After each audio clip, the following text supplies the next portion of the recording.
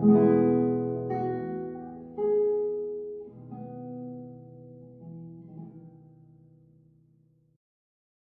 y'all, I'm back with another exciting and very special video today. I had the distinct pleasure of doing an interview and playing some games with content creator BeExcellent, who I really admire a lot, and I had a lot of fun doing this interview. What you're going to see in this video is myself and BeExcellent. We played some matches on Magic Online, and I'll show you the decks I played in just a second.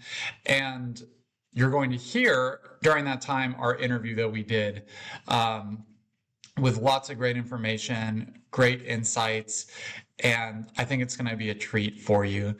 If you enjoy this style of video, you should definitely let me know, because I had a blast doing it. It's, a little bit of work and coordination for sure, but I think the results are worth it. So your comments can help me to steer me in the direction to do something like this again. So the decks you're going to see me playing are this Dimir tempo list. I've been kind of back on Dimir tempo a lot recently, and this is the latest list that I've had. I can't say it's felt spectacular, to be honest, but it's what I've been on. After that, I play the Cam Painter list that I've also been working on. I went down to 3 copies of Sewer Valence Cam. Really just felt like I was seeing that card too much. And threw in the Phyrexian Devourer combo. One card that's missing, 2 cards that are missing really that are commonly played in Painter are Chaos Defiler and Phyrexian Dragon Engine. And there was definitely a moment you'll see in the matches where I probably would have fetched or gotten a Dragon Engine off of Goblin Engineer if I had it. So I think this addresses some of my initial issues with the Cam list, but at some cost to the traditional Painter lists. And then the third deck I play is Sneak and Show. I think this is one of the very best decks right now. And this list that you can see here with all these, typical monsters here that are going to go off screen momentarily while you see the sideboard. It's just a list I've seen. This is a copy of Grim Lavamancer list from a high challenge finish. Feels pretty good. I know you can also build the deck without green for Veil of Summer, but I've definitely been wrecked by this deck before, and I think this is one of the very best decks you can play right now, so I was happy to give it a spin. My opponent, BeExcellent, played this deck in all the matches. This is a Dimir, no reserve list, quasi-tempo, quasi-control list with 3 Barrogoyf, a couple Mockingbirds, back to basics, a BeExcellent classic there for sure, which definitely can get you and may have gotten me in some of these games. You'll have to watch though. It's a cool deck and one that just seems really well tuned and really powerful. Some other things that we didn't discuss in the interview, but that BeExcellent asked to share with me. He's worked really hard on this editing and mastering document that I'm going to link in the comments, or rather in the description of this video. And it has all of BeExcellent's information on, as you can see, editing, mastering, recording videos. And I think this is really important. We talked about it a bit. He plays Magic on a Mac, Magic Online on a Mac, which you're really not supposed to be able to do. So BeExcellent is a very tech savvy individual. And actually when I started playing Magic Online, I was a longtime Mac user and I purchased a Windows computer so that I could play. So this is definitely really valuable information if you want to play Magic Online and you just have a Mac. And it's just really, this document, I think, is of really high value to anyone who is interested in content creation, editing videos, just getting that down to a science. And so I'm going to share this in the description. I'm also going to share this deck list that you saw BeExcellent play in the description. And without further ado, let's get into the interview.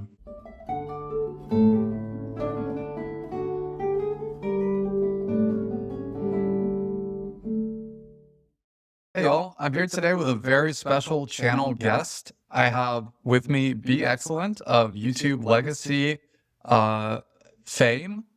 How you doing, BeExcellent? I am being excellent.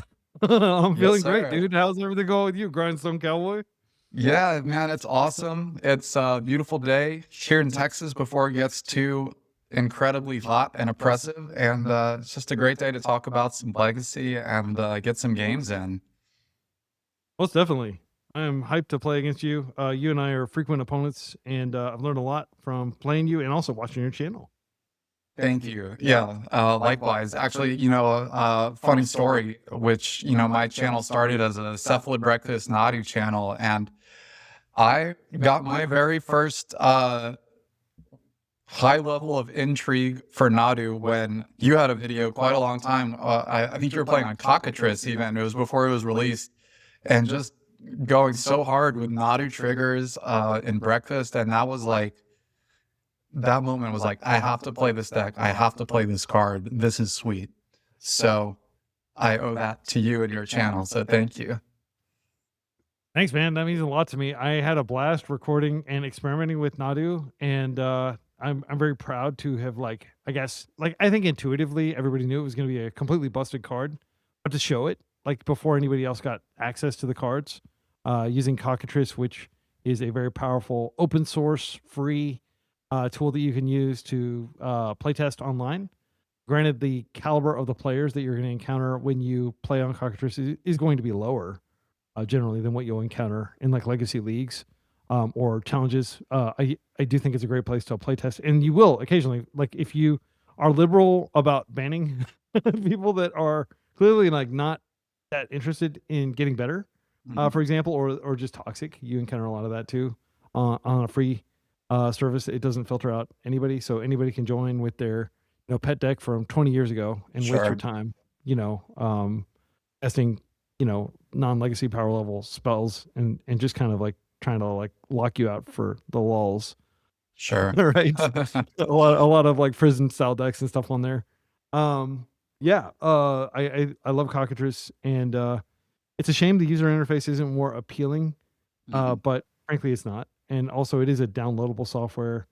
I would like to create some sort of online playtesting tool just for legacy where maybe you can just drop in and choose the from among the top 50 meta decks or something like that, and just immediately drop into a play session with WebSockets and stuff like that, so everything's fast and speedy and free. I think something like that might be nice for being able to just play test on your phone during your lunch break, instead of having to install the relatively cumbersome MTGO software Yeah. and queue into a league and stuff. The more you can make it frictionless, the better. And this is 20-year-old software we're dealing with MTGO.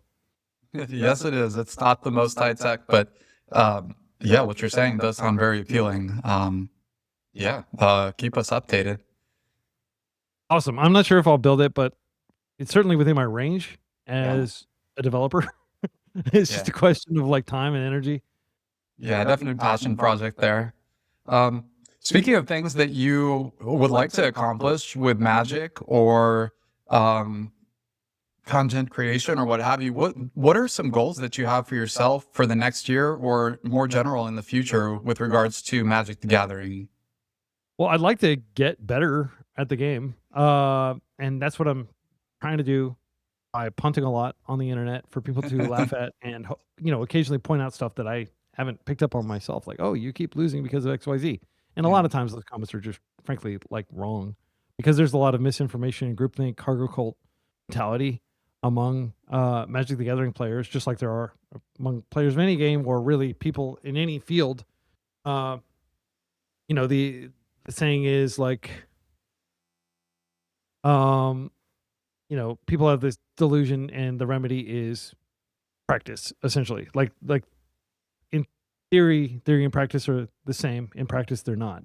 And as a result of just playing, at this point, 1,000 leagues, maybe I've got Hmm. 250 or so on camera, and then I've done a lot off camera just to try to get good and try to experiment so I can actually know what I'm doing when I play on camera.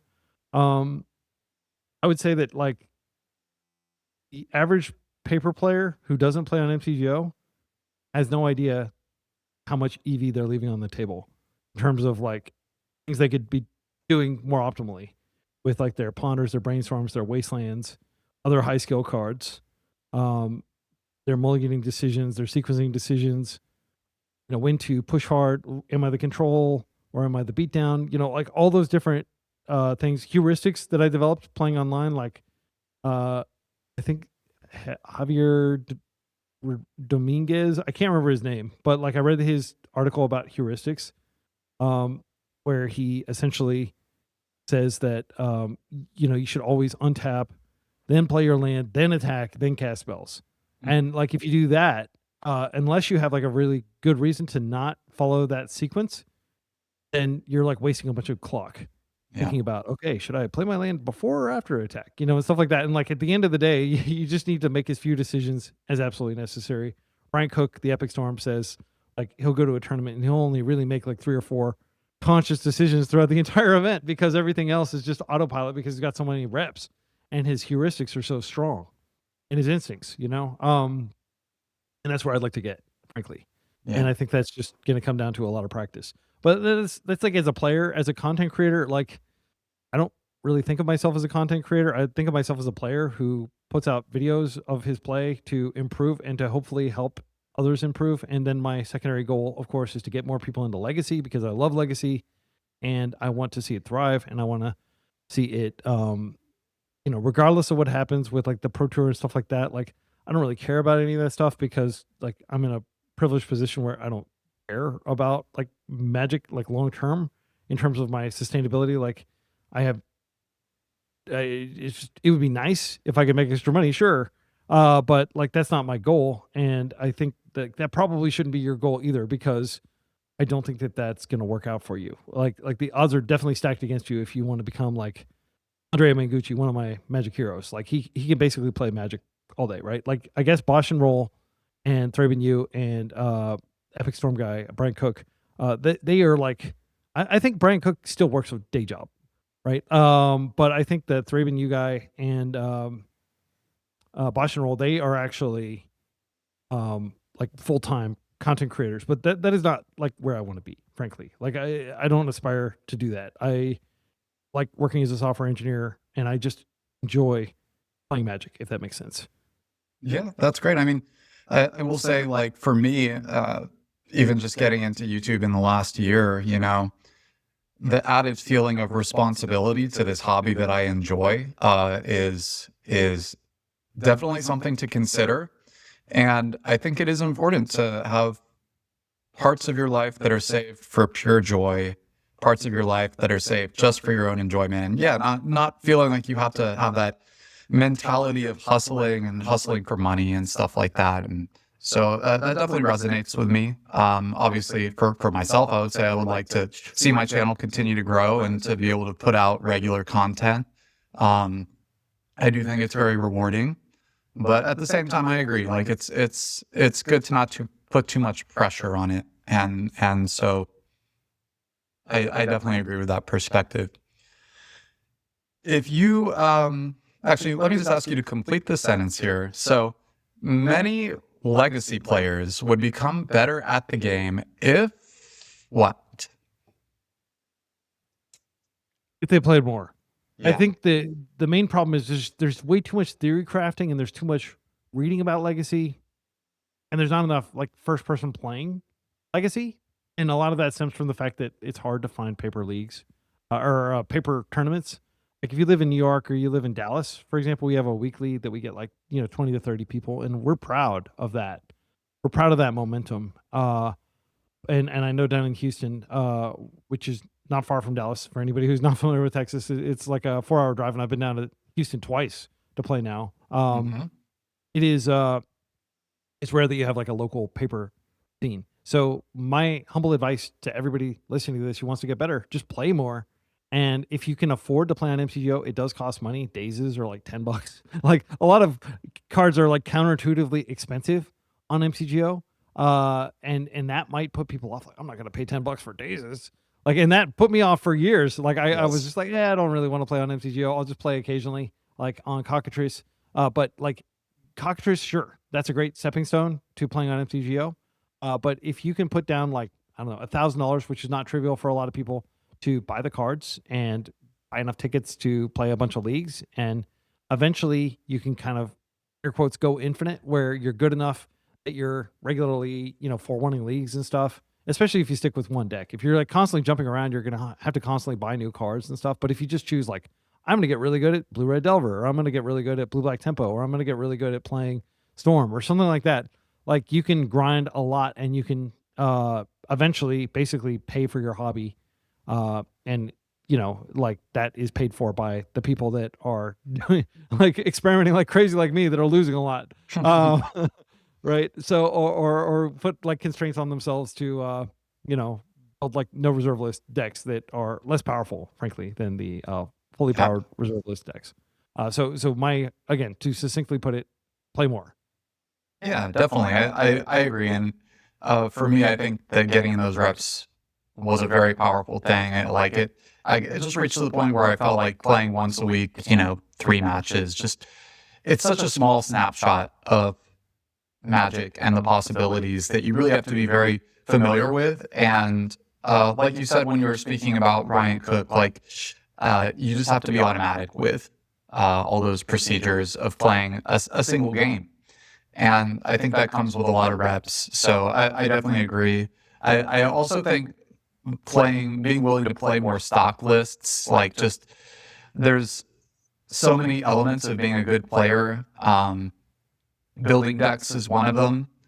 Playing actual gameplay is another. And I think that if people want to improve their gameplay, they should play stock decks. If they want to improve their deck building, then they can obviously spend time on that themselves. But when you mix the two too much, especially in like an early phase of your playing, it can really set you back. So Right. I think that you have to just divorce your personality so much from your gameplay. I think would help a lot. But yes, and I'm not I telling love everybody that. just become a vanilla Delver player. Sure. Um, don't just play the most powerful thing. Like for a long time, Blue Black Reanimator was so powerful that you were frankly just wrong playing anything else. But I still stubbornly refuse to play it, and I've never played it, and I'm proud of that fact, frankly, because I think it too was just like fundamentally like an unfun Magic card that was so obviously over the line. Anyway, I won't Yeah. do a rant about Entomb.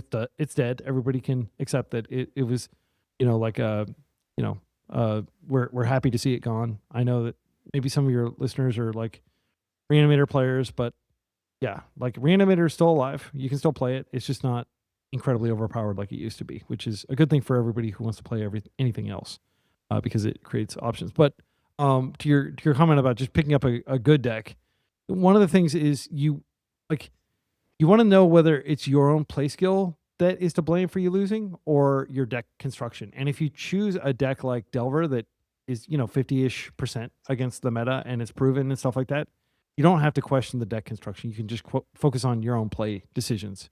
And then like a lot of people will get into the minutia of like, oh, if I just put this one silver bullet in my sideboard, I'm going to win slightly more games and stuff like that. And people like to geek out over mana base composition and like whether to play Caracas or whether to just play, etches and, basics and duels, or whether to like how many wastelands should you play or stuff like that. But like a lot of that is already kind of air quotes solved by just looking at the competitive meta and seeing what other people are doing.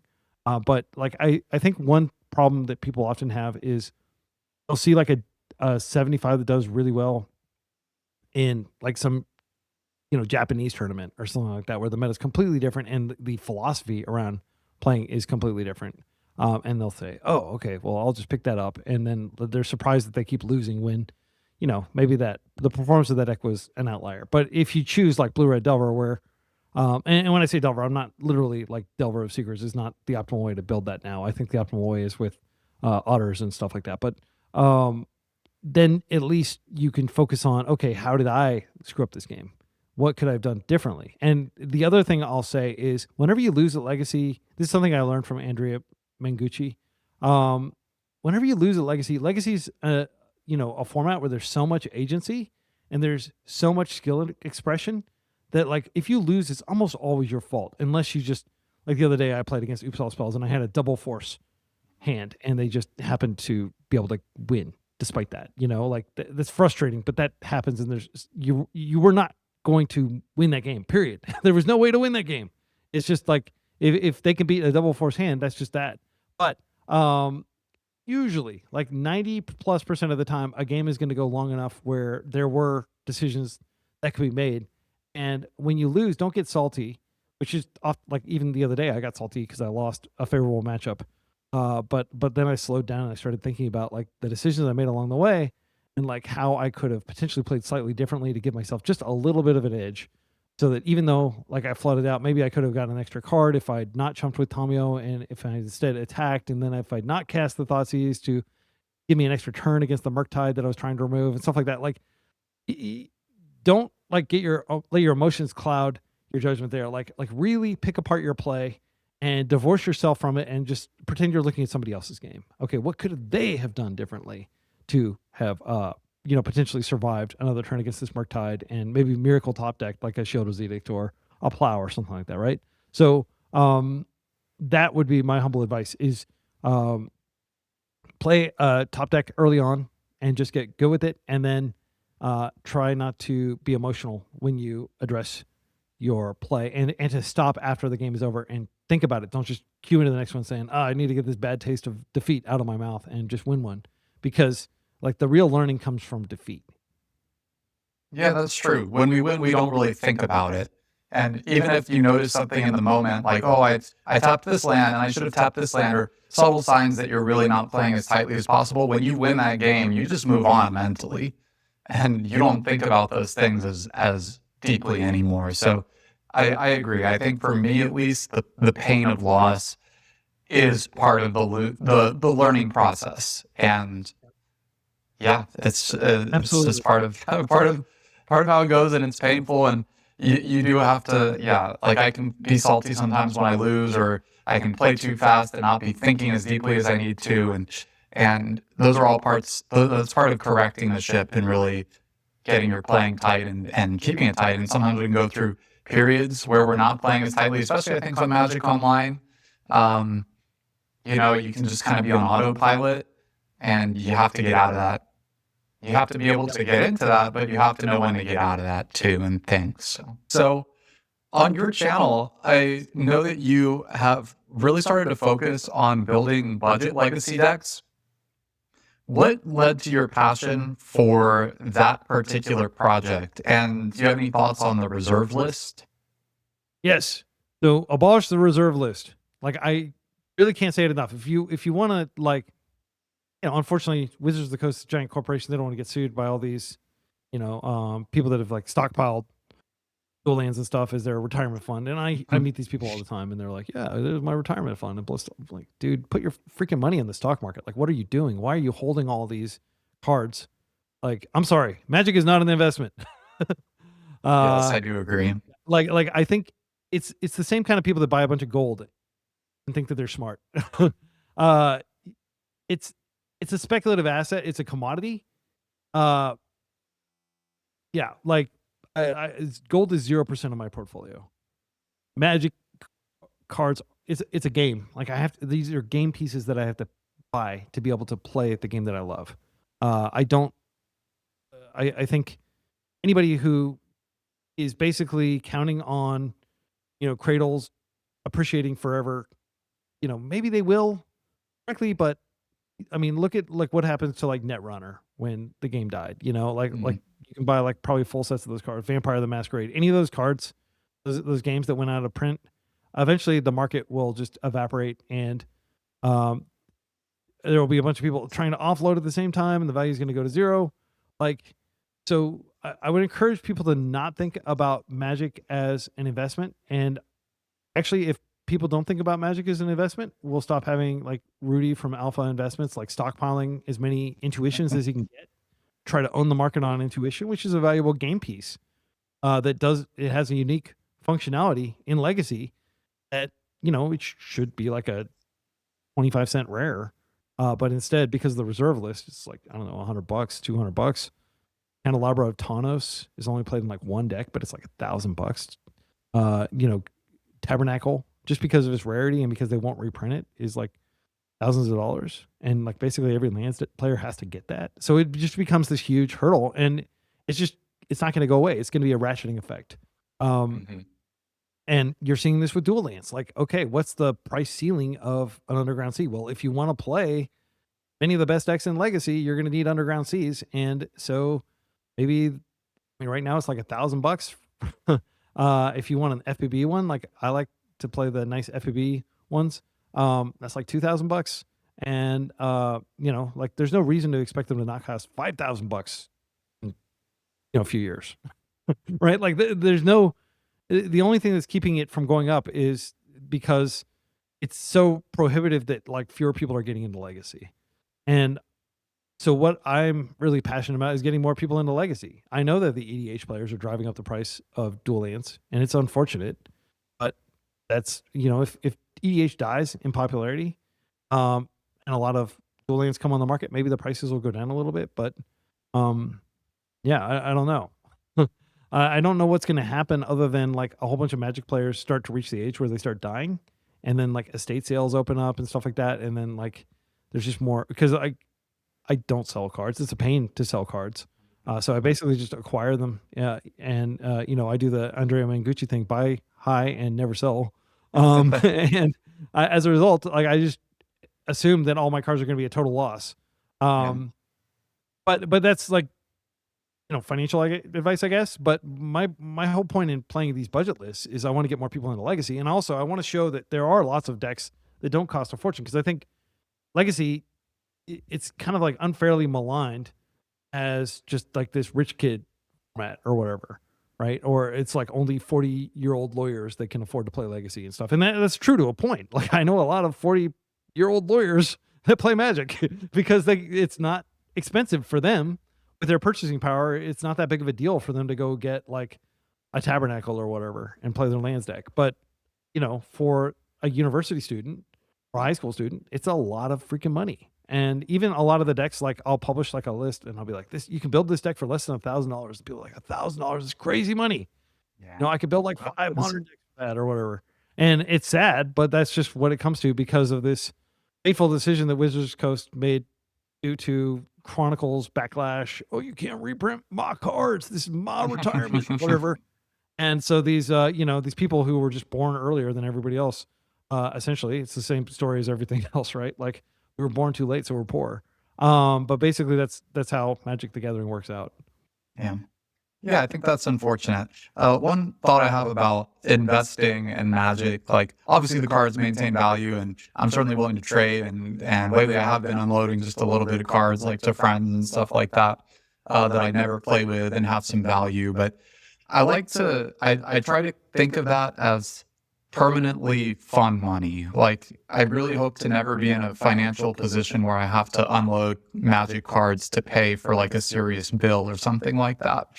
And, I guess that could always happen. I've heard of people selling their Tabernacle to, making a crucial car repair or something like that.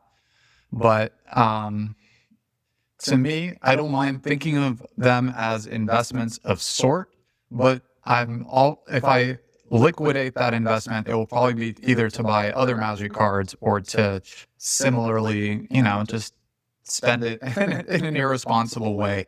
And that at least alleviates the pressure of, them needing to hold their value and appreciate, or else, I'm really in trouble.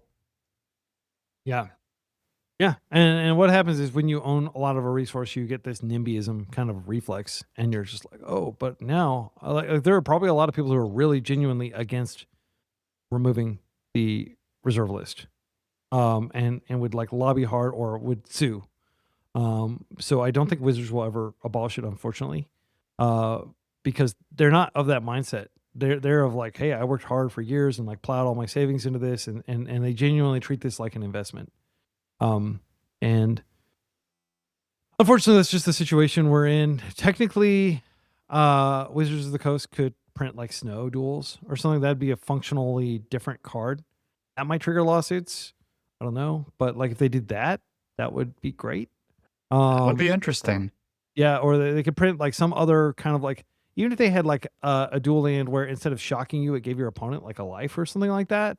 That'd be totally fine. Like I think that like I would happily play those, and I love playing decks that are not just monocolored because it's not that hard to put together a good monocolor deck without the reserve list. But you think about the fact that like the best removals in white and black, the best disruption, like stack disruptions in black and blue, then you're probably going to need two colors unless you're playing like a yeah. It's tricky to try to build like a no reserve list deck, and I've brewed several that I think are really good, but you don't see them at the top tables usually because people are not brave enough to try them because they are, by definition, slightly lower power.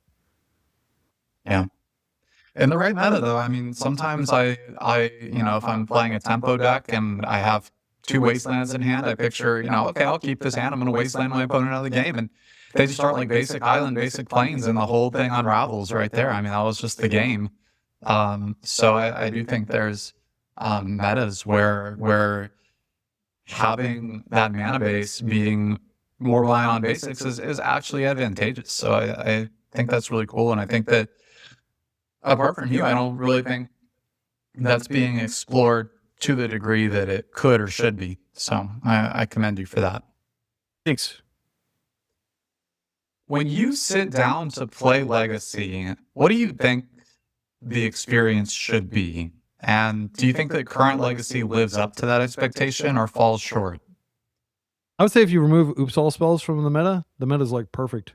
Yeah. I don't like oops all spells. And it's not just me. Like the Eternal Glory podcast, with like the three aforementioned, like I guess celebrities of the Legacy space, Josh and Roll, Thraben Yu, and Brian Cook, the Epic Storm. Like they just wrote like an entire like episode, basically just talking about how, oops is trash, frankly. Mhm.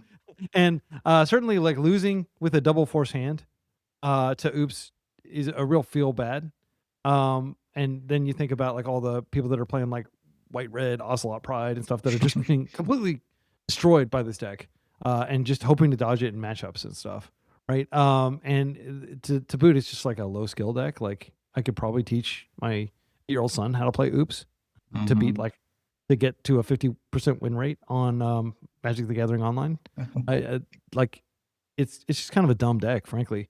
But if you remove that, I'm very happy with the meta. I'm very happy about the Entomb and Nadu bans, even though like Nadu was fun. I can understand why it's way too broken and too powerful for Legacy. So I'd say the meta is pretty much perfect in the sense that you see like a representation of aggro decks, of control decks, and of combo decks. And the combo decks are not usually like turn 0 combo decks, like where you're just dead the draw if you don't have force of will. Like they're more cerebral, more flexible, like critical turn 2, critical turn 3. And I think that's where Legacy wants to be, where the important stuff is happening, usually turn 2, turn 3. Tamio is kind of bad for the meta because she's just so powerful that she has to be answered. And like it's never wrong to just go Island Tamio. Like that's an extremely strong start. And like I just don't mulligan those hands. I would like to see Tamio banned, even though I'll continue to play with her just because, frankly, like they're putting so many pushed fire design type cards that I think like we need cards like Tamio, but not exactly Tamio, if that makes sense. Like they need to print something that's like less powerful than Tamio, but fills that role of being a powerful, 1 mana control deck card, if that makes sense. Yeah. But overall, I like where Legacy is, and I guess the main thing is I just like to see like if I could print a single card, it'd be like a functional reprint of Prismatic Vista with a different name, so that people can play more Prismatic Vistas. Because it is really hard to try to build like an all basic mana base with only 8 fetches that can get those. Like, but like Prismatic Vista is kind of like a dual land. And it's better. Like fetches are actually better than dual lands. Fetches are way more important to Legacy than dual lands. Sure. But dual lands are $1,000 and fetch lands are $20 just because of the reserve list. Yeah, that's an interesting financial comparison there and the effect of the reserve list. Yeah, I mean, imagine if Underground Sea was $20 because that's about how much it would be if it weren't for the reserve list. Yeah, and it's true what you said about like age being a factor in that because when I was a teenager, that was when I was really collecting a lot of cards, and you could get dual lands for $20 then, and it is really just crazy to see how far it's come. And and it's sad for the game. I think that really good players will come and go more often because they weren't actually able to buy in. Um, Yeah. so you hate to see it. And like frankly, I don't like walking around with a deck that like I went to Hunter Burton Yes. 2 weeks ago and I was playing 4 underground seas and they're like FEBs, so I don't know how much that deck is worth, like $10,000? Like, do I really wanna be carrying around a deck that is $10,000? No, I don't wanna be carrying that around at an event where, I could leave it on the table or, get distracted or something and some random opportunist could, like, swipe it, you know? Like, that's messed up that we have to carry and this is one reason why I have, like, 0 like, one of the many reasons I have 0 interest in playing vintage is basically, like, the floor for the price of, like, a vintage capable deck is probably around, $20,000 because Black Lotus itself is probably like at least a $10,000 card, depending on the condition. And yeah, it's just like checking that in my luggage is obviously not going to happen. So I have to like put it in my backpack on the plane and hope that like my back doesn't get like mixed up and somebody doesn't grab my backpack. I've got to put like a freaking air tag in my deck box. I mean, it's ridiculous. These are pieces of cardboard. You know what I'm saying? Like at some point, like you have to step back and say, damn, like, I've never heard of this like there are lots of professional Scrabble players and lots of very high level chess players, and the game pieces themselves are just, literal like replaceable things. Like you I don't know, drop a pawn or you lose a pawn from your chess set, you just grab another one and you put it in the chess set, right? And it's not a big deal. Or you buy another entire new chess set for like $20 and you're good to go. It's like Magic the Gathering is the only game I can think of where we have these extremely brittle, scraps of paper that are essentially like double sleeve, perfect hard, just trying to preserve their, structural integrity for a few more years so we can get a few more, tournaments in. Yeah, It's really absurd if you think about it. it is. I'll tell you a funny,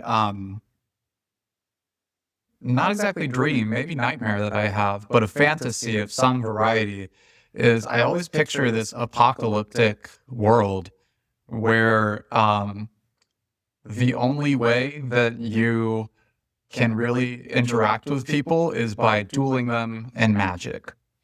And like all disputes are solved in that way. And the cards, have the same sort of value that they have now. And probably even more because it's so societally important. And you have you have like whatever collection you have, that's the cards you have access to, and you're battling it out with people for food and shelter and necessities and stuff like that. And You read a novel, dude. Well, Battle Royale, turned Hunger Games, but with Magic the yeah, Gathering.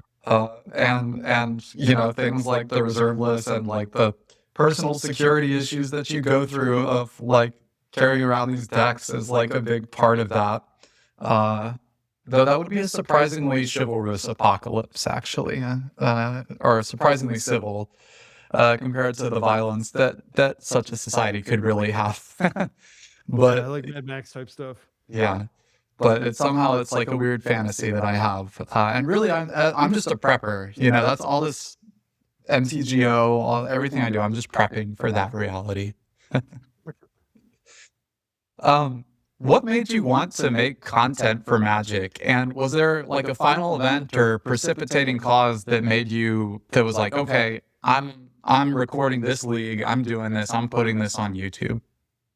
Yeah, well, I just like picked up like how to do it basically. Like I just thought about it for a second. Okay, I could use OBS and I'm already playing. Why not record it? And it wasn't like that big of a decision. Like I didn't care. My ego is not attached to like the number of people that are watching it or anything like that. I was actually really astonished. My early videos were all Stoneblade. And I was like astonished that people cared. And that I was even getting a few hundred views on them.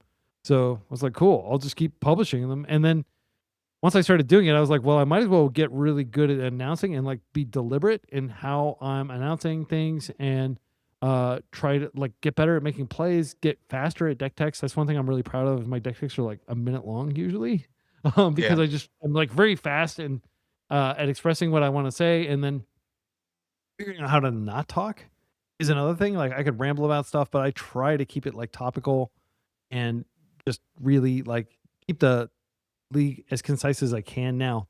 I'm making a lot of decisions over the course of a game. So my videos are generally longer because I'm playing control decks than like Brian Cook of the Epic Storm. Like his video might be like 45 minutes because he only has like 2 turns per game, 3 turns per Mhm. game, right? So there's just less to talk about. Than like, okay, I need to fetch this and I need to think about this contingency, and then I need to like, uh, you know, I basically say out loud every thought that occurs to me as I'm playing, and that's a lot of talking. but uh, but what made me want to do it? It was just like, well, I'm already doing this. Why not go ahead and help other people by giving them like virtual reps? Is kind of how I think it. Like, Yeah. watch BeExcellent make a bunch of mistakes, and then you're not going to make those mistakes, and you'll play better as a result, even if you don't have time on your lunch hour to fire up MTGO, because it's a variable amount of time. Like a match could take 55 minutes with sideboarding, or I guess technically 56 minutes. Um, it's like a lot of time. That's like an entire lunch hour for just one round. Yeah. Or you finish a round and you've got like 40 minutes left, but you're not sure if the next round's going to be more, and you might have to bail on the round, right? But like Mhm. with a video, you can always pause it. You can, like, I watch on double speed, for example. I can scrub through it if like, okay, I want to skip like this oops all spells match. There's nothing to learn. Mhm. It's all just arbitrary. Like, so, this round 2 he's up against oops all spells. Well, I'll just skip that and I'll go to round 3. Like, and it Yeah. gives like people a lot more agency. But you're not randomly queuing into oops all spells and saying, okay, well, I just wasted like 10 minutes of my life playing against this deck where there's nothing to do to get better at beating them, right? Um, so those were all reasons why I wanted to get into it. And then once I started doing it and there was that momentum, I'm already playing these leagues because it's my hobby and I want to get better. So why not help other people? Nice. I like that. And yeah, I noticed from a lot of what you said, and having met you in person, I feel like you're a very intentional person with um the things that you do and the way that you speak, and um I just sense a lot of thought has gone into the way that you do things, and I really appreciate that, and I think it comes through in your content really well. Um, what does it mean to be excellent in Magic the Gathering? Well, thanks for your kind words. I just like chose Be Excellent as my username because I love Bill and Ted. I'm a child of the 1980s, and they were like, that movie came out, and I was just like so inspired by that movie. Just like their positivity and the fact that they weren't that smart, but they were really, you know, chill. Sure. And being chill and likable goes a long way in the world. Not everybody is super duper smart, right? And I always thought of myself as like mid in terms of intelligence. But their attitude, I mean, they're gonna eventually be smart because even though they're starting from this low baseline, in terms of like their music ability, for example. I mean, you're a music teacher, right? So Mhm. like when you watch it, like, oh man, these guys really suck. But if they keep at it, they're eventually going to get good, especially if they're open to constructive criticism and stuff like that. And they're seeking inspiration and things like that. Like, those are just positive traits. Like, everybody's born an idiot, basically. And then they have to gradually go through and either make mistakes or reason through things to avoid mistakes or learn from other people's mistakes, which is what communication is all about, which is what the killer human app is. Like, in terms of like why humans are like so much more successful than any other species. It's because we can talk and we don't have to make the same dumb mistakes over and over. Like, I look at my cat and it makes dumb mistakes that like could easily have been avoided if it could communicate verbally with other cats, but she can't. And so that's like a huge limitation, right? But like Bill and Ted, like, just totally like, it was the attitude, and also just like, I love Van Halen. I love lots of music from that era, and I love, George Carlin is one of the greatest Mhm. comedians of all time, and I just love his no nonsense way of looking at the world. So like the fact that he was included in that movie turned me on to George Carlin at an early age. So like that movie was just like one of many movies that I love from that time period.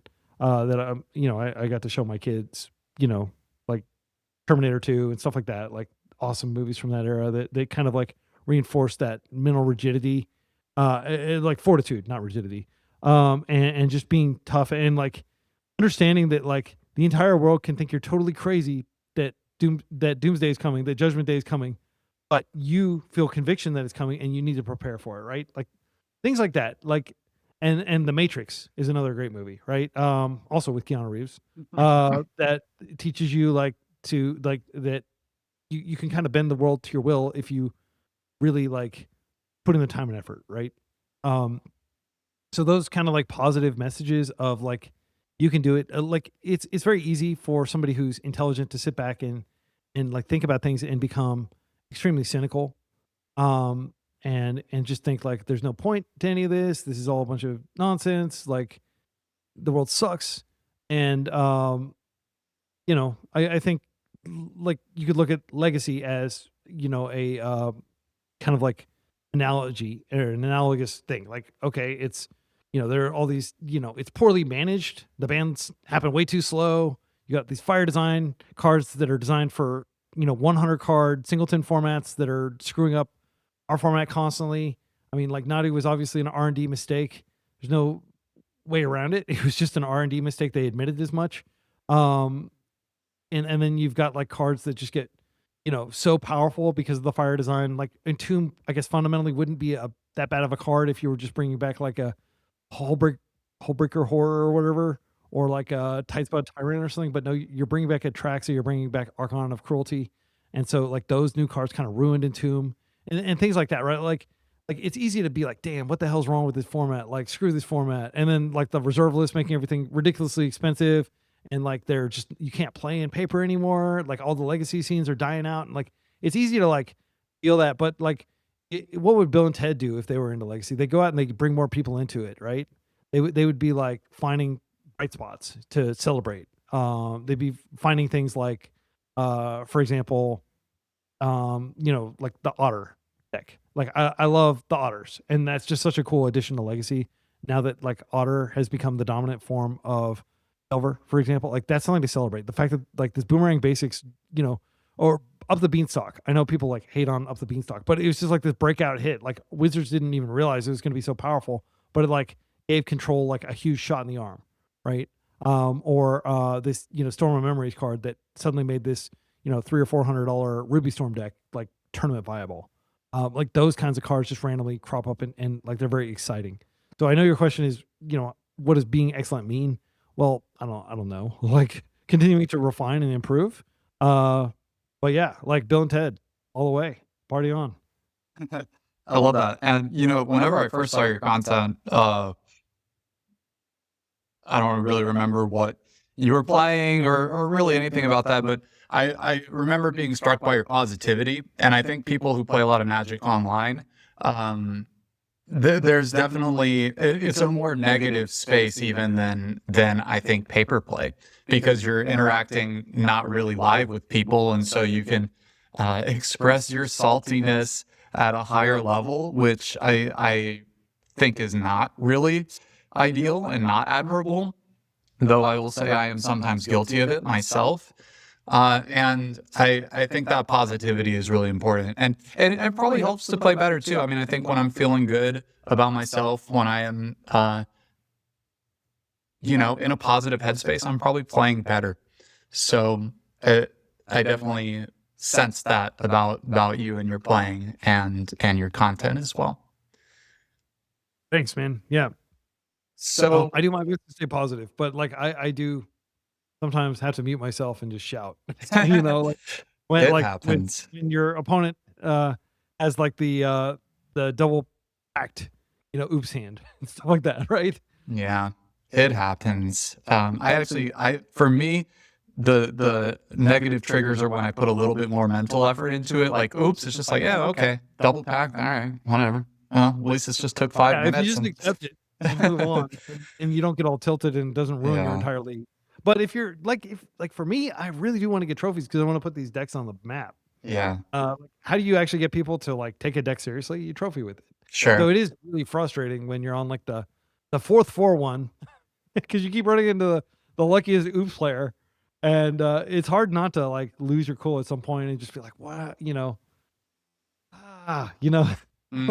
But I Absolutely. try not to let that out on the video too much. Like I think if it's a well reasoned vent, then that's okay. But a lot of times people just don't want to hear negativity, frankly.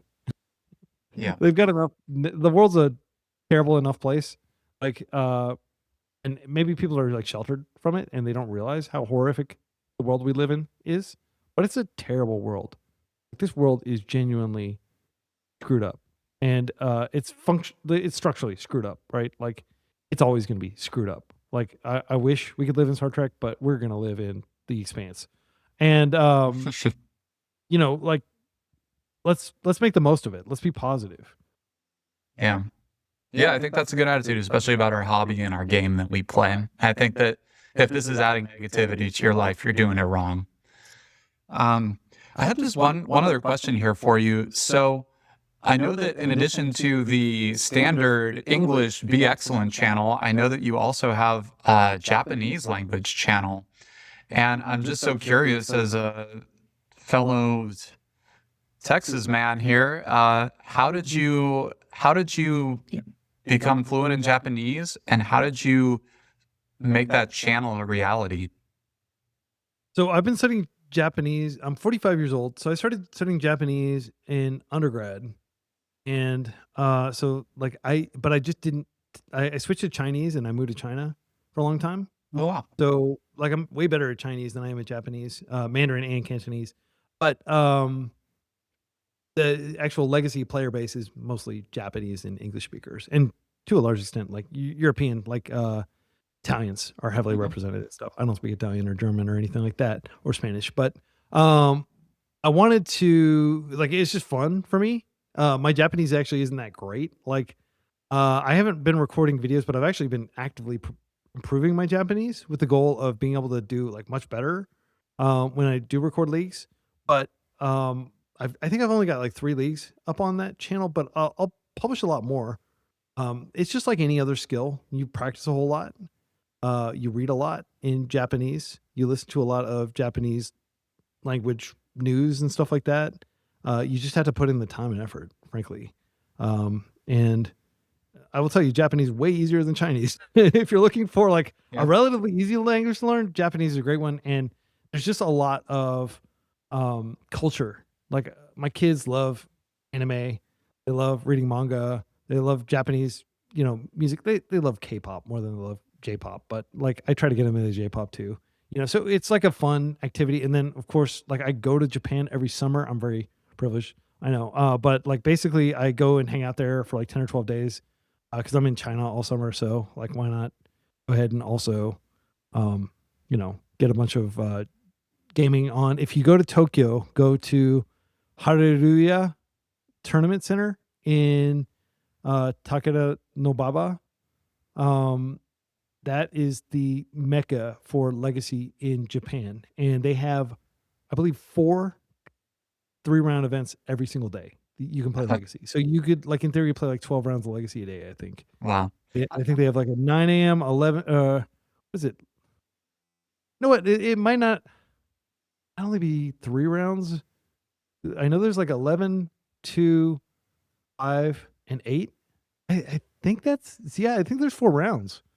So I got in like 40 rounds during my 10 days there. It's crazy.